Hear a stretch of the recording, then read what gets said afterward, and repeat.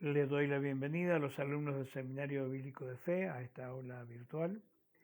Este es nuestro cuarto video de la materia Teología 1A, donde tratamos la doctrina de la salvación en su conjunto y todas las doctrinas inherentes a la salvación. Y en este video vamos a ver la doctrina del arrepentimiento y, bueno, alguna otra más en función del tiempo que tengamos. Quisiera comenzar, antes de tener una palabra de oración, con la lectura del Salmo 51, versículos del 1 al 4. Este es un salmo de David, es uno de los 7 salmos penitenciales que hay en el libro de los salmos. Y leemos, porque acá vamos a encontrar prácticamente todas las doctrinas que tienen que ver con la salvación. Dice así la palabra del Señor, Salmo 51, versículos 1 hasta el 4, en principio dice así: Ten piedad de mí, oh Dios, conforme a tu misericordia. Conforme a la multitud de tus piedades, borra mis rebeliones. Lávame más y más de mi maldad y límpiame de mi pecado, porque yo reconozco mis rebeliones y mi pecado está siempre delante de mí. Contra ti solo he pecado y he hecho lo malo delante de tus ojos, para que seas reconocido justo en tu palabra y tenido por puro en tu juicio. Bien, yo recomiendo la lectura de todo el Salmo 51, especialmente tratando esta doctrina del arrepentimiento. Bueno, de acuerdo al tiempo que tengamos en la conexión online, tal vez podamos llegarlo a tratar. Pero acá tenemos un cúmulo de doctrinas. Por ejemplo, el arrepentimiento, este es un hombre que está arrepentido, ten piedad de mí, conforme a tus misericordias. No está diciendo, Señor, soy el rey de Israel, me tenés que perdonar porque si no, no puedo reinar. No hay ningún mérito, es simplemente apela a la misericordia de Dios para ser perdonado. Lávame más y más de mi maldad y límpiame de mi pecado. Maldad y pecado. Maldad es la capacidad que tenemos de hacer mal. Y el pecado específico por el cual estamos pidiendo perdón. Entonces David quiere que Dios trate en él con el pecado cometido en sí mismo, y muy grave por cierto, pero también con su capacidad de pecar. Entonces acá vemos una riqueza doctrinaria en estos pasajes. Yo reconozco mis rebeliones, es decir, hay un asunto mental en principio, pero volicional también, su voluntad se está arrepintiendo, no solamente sus emociones, sino sus decisiones están marcadas por la necesidad de arrepentimiento. Reconoce que todo pecado es contra Dios y hecho lo malo ante tus ojos, y se compara con Dios y dice, para que seas reconocido justo en tu palabra y tenido por puro en tu juicio. Dios, aun si no lo perdonara, no dejará de ser justo y puro. Más o menos eso es lo que está planteando. Y podemos ver también del versículo 9 hasta el 12, donde dice así la palabra de Dios: Esconde tu rostro de mis pecados y borra todas mis maldades. Crea en mí, oh Dios, un corazón limpio y renueva un espíritu recto dentro de mí. No me eches de delante de ti y no quites de mí tu Santo Espíritu. Y vuélveme el gozo de tu salvación y espíritu noble me sustente. Acá vemos la doctrina de la regeneración muy claramente. Vemos también la doctrina de la santificación, porque él quiere ir paso a paso creciendo en el conocimiento de Dios. También confiesa algo cuando en el versículo 11, no me eches de delante de ti y no quites de mí tu Santo Espíritu. Es muy probable que David haya estado recordando cuando él, en su adolescencia o juventud, estaba frente al trono del rey Saúl, cuando él era atormentado por espíritus inmundos, y él tocaba su música y se calmaba. Entonces David fue testigo de cómo Dios, por causa del pecado del rey Saúl, había retirado el Espíritu Santo de él y él no quería repetir lo mismo, ¿no? Entonces, no me eches delante de ti y no quites de mí tu Santo Espíritu, como él sabía que le había pasado a Saúl y era testigo presencial de eso. Entonces, acá vemos a un hombre arrepentido que apela a las misericordias de Dios y no se está justificando de su pecado, simplemente lo está confesando. Bien, y entonces lo que está pidiendo es nacer de nuevo. Vuélveme el gozo de tu salvación y espíritu noble me sustente. Ahí estamos hablando de la regeneración también. Todo el Salmo 51 es imperdible realmente. Por favor, yo le recomiendo que usted lo lea, lo analice, lo medite completo. Bien, vamos a orar al Señor para que Dios nos guíe en esta doctrina y en esta clase. Oramos. Amado Dios, en el nombre de tu Hijo Jesús, venimos ante ti en esta nueva clase, de esta aula, de esta materia. Señor, pidiendo tu sabiduría, tu luz, tu frescura, Señor. Pidiendo que tu Espíritu Santo nos ilumine en el estudio de estas doctrinas, para que no solamente tengamos un conocimiento intelectual de ellas, sino que podamos bajarla a nuestra manera de vivir, Señor. No tendría mucho sentido, como ya hemos dicho, conocer teología y seguir viviendo como nosotros queremos.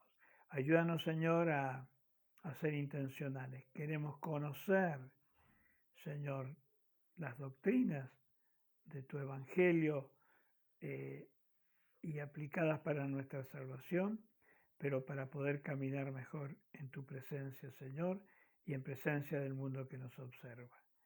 Gracias te damos y una vez más pedimos tu bendición, tu guía y tu acompañamiento, Señor, en el desarrollo de estos temas y en estas clases del seminario. Te lo pedimos y agradecemos tu presencia, Señor, en el nombre de tu Hijo Jesús, nuestro amado Salvador. Amén. Amén. Muy bien, gracias al Señor. Si a alguno le interesa puede tomar nota de esto. Los 7 salmos penitenciales que les mencioné, Salmo 51, el que leímos, Salmo 6, Salmo 32, Salmo 38, Salmo 102, Salmo 130 y Salmo 143. Bien, puede volver a ver este video si no ha tenido tiempo de anotarlos todos. Ahora quiero comenzar a desarrollar este tema de la doctrina de la regeneración. Perdón, la doctrina del arrepentimiento. Me quedé con regeneración, que fue lo último que mencioné antes de orar. La doctrina de arrepentimiento. Vamos a ver en primer lugar cómo aparece el concepto de arrepentimiento en el Nuevo Testamento, en los Evangelios, y aparece en la boca y en la predicación de Juan el Bautista, en Mateo capítulo 3, versículos 1 y 2. En aquellos días vino Juan el Bautista predicando en el desierto de Judea, diciendo: arrepentíos porque el reino de los cielos se ha acercado. La proclamación comienza con una necesidad, condición sin la cual no hay posibilidad, condición sine qua non, de arrepentir. El reino de los cielos tan esperado por el pueblo de Israel se ha acercado. No solamente el reino, sino también el rey.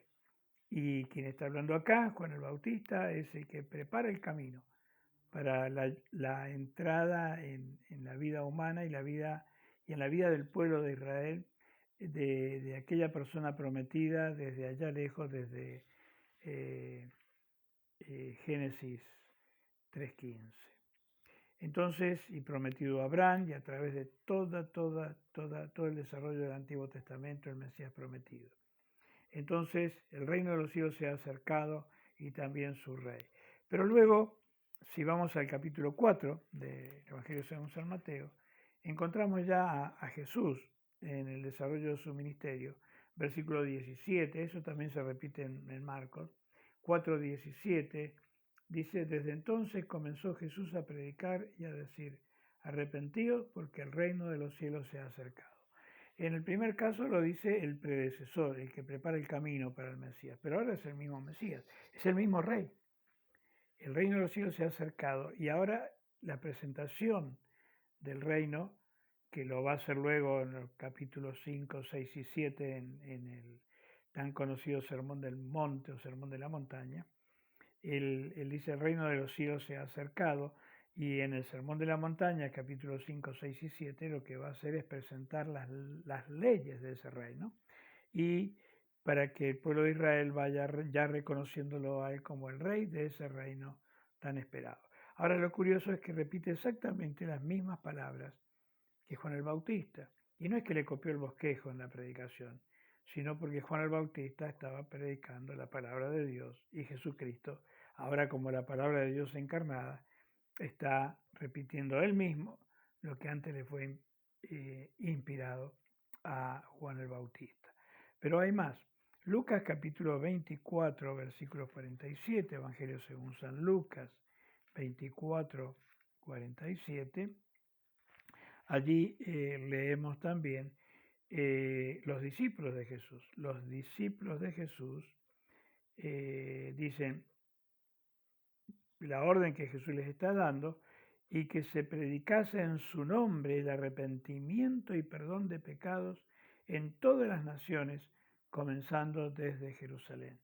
El Evangelio llama a salvación, pero el primer requerimiento que tiene el Espíritu Santo para otorgarnos la salvación es el arrepentimiento de nuestros pecados. Ya vimos que la gracia y la vocación o el llamado son actos de Dios hacia el hombre desde afuera aún, pero el arrepentimiento ya es responsabilidad única y exclusiva del ser humano que recibe el llamado de Dios y se ha acercado a él la gracia de Dios. Pero no termina allí.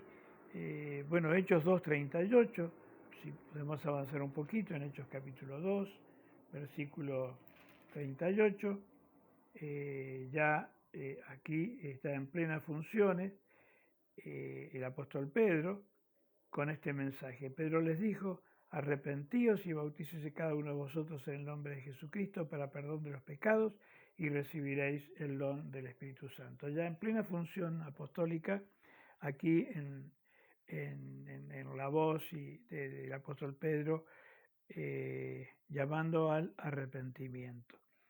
Ya que estamos en el libro de los Hechos, podemos ir al capítulo 17, Hechos 17, versículo 30, Hechos de los Apóstoles 17, versículo 30, que nos dice de la siguiente manera.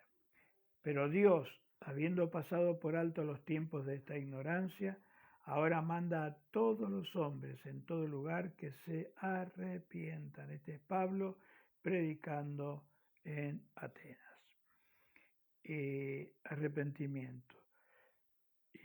Vamos un poquito más allá, Hechos capítulo 20, versículos 21 y 22.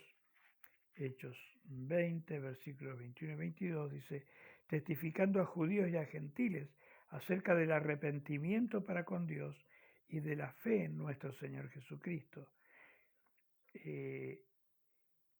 Bien, 20 y 21. Omití el 20, vamos de nuevo.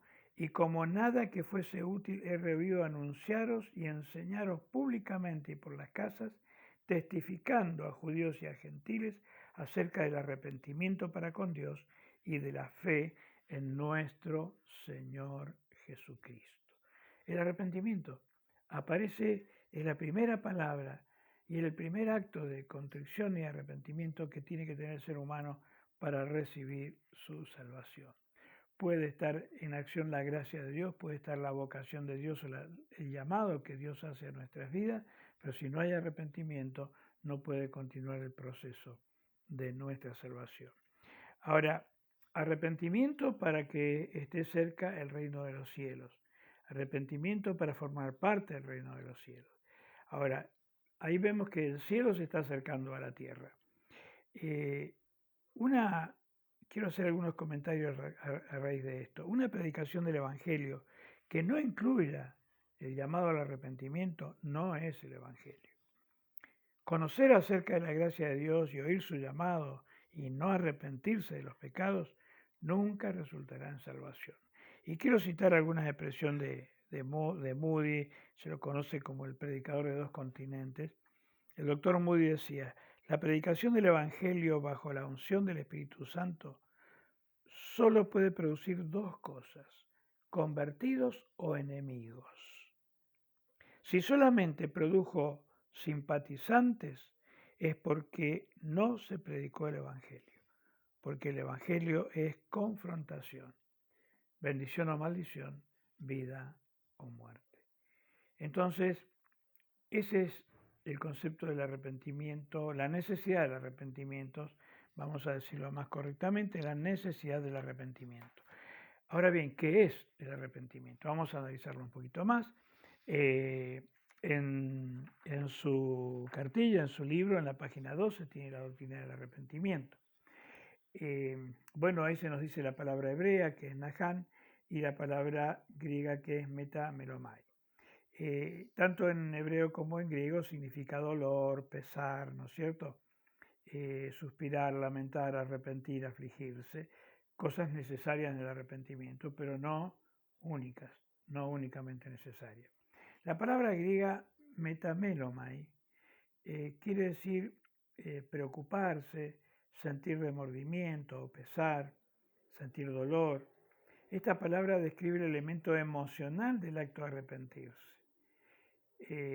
Segunda Corintios capítulo 7, versículos 9 y 10, yo hablo, para no ocupar más tiempo de lo necesario, menciono la parte pertinente.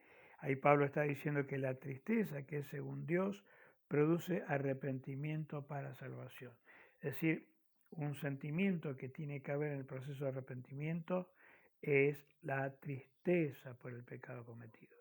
La tristeza por haber defraudado a Dios en sus propósitos como para nosotros. También hay un elemento emocional que está siempre presente en el verdadero arrepentimiento, pero por sí solo no es el verdadero arrepentimiento.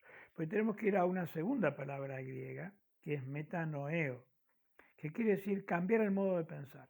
Es decir, ese dolor por el pecado, por el pesar, por los pecados y sus consecuencias, nos lleva a un cambio de manera de pensar respecto a Dios, respecto al pecado, respecto a nosotros. Entonces, es un elemento mental. Ya tenemos un elemento emocional y otro elemento que podríamos bien llamar intelectual, un elemento mental. La palabra representa un cambio que se efectúa en la misma mente y nos lleva a un elemento volicional, es decir, nuestra voluntad. Al cambiar la manera de pensar, se cambia la manera en que decidimos nuestras cosas, se cambia nuestra voluntad. Y quiero añadir que usted no tiene en las notas la palabra más conocida como metamorfosis, que quiere decir cambio de forma. El cambio de pensamiento nos lleva al cambio de forma.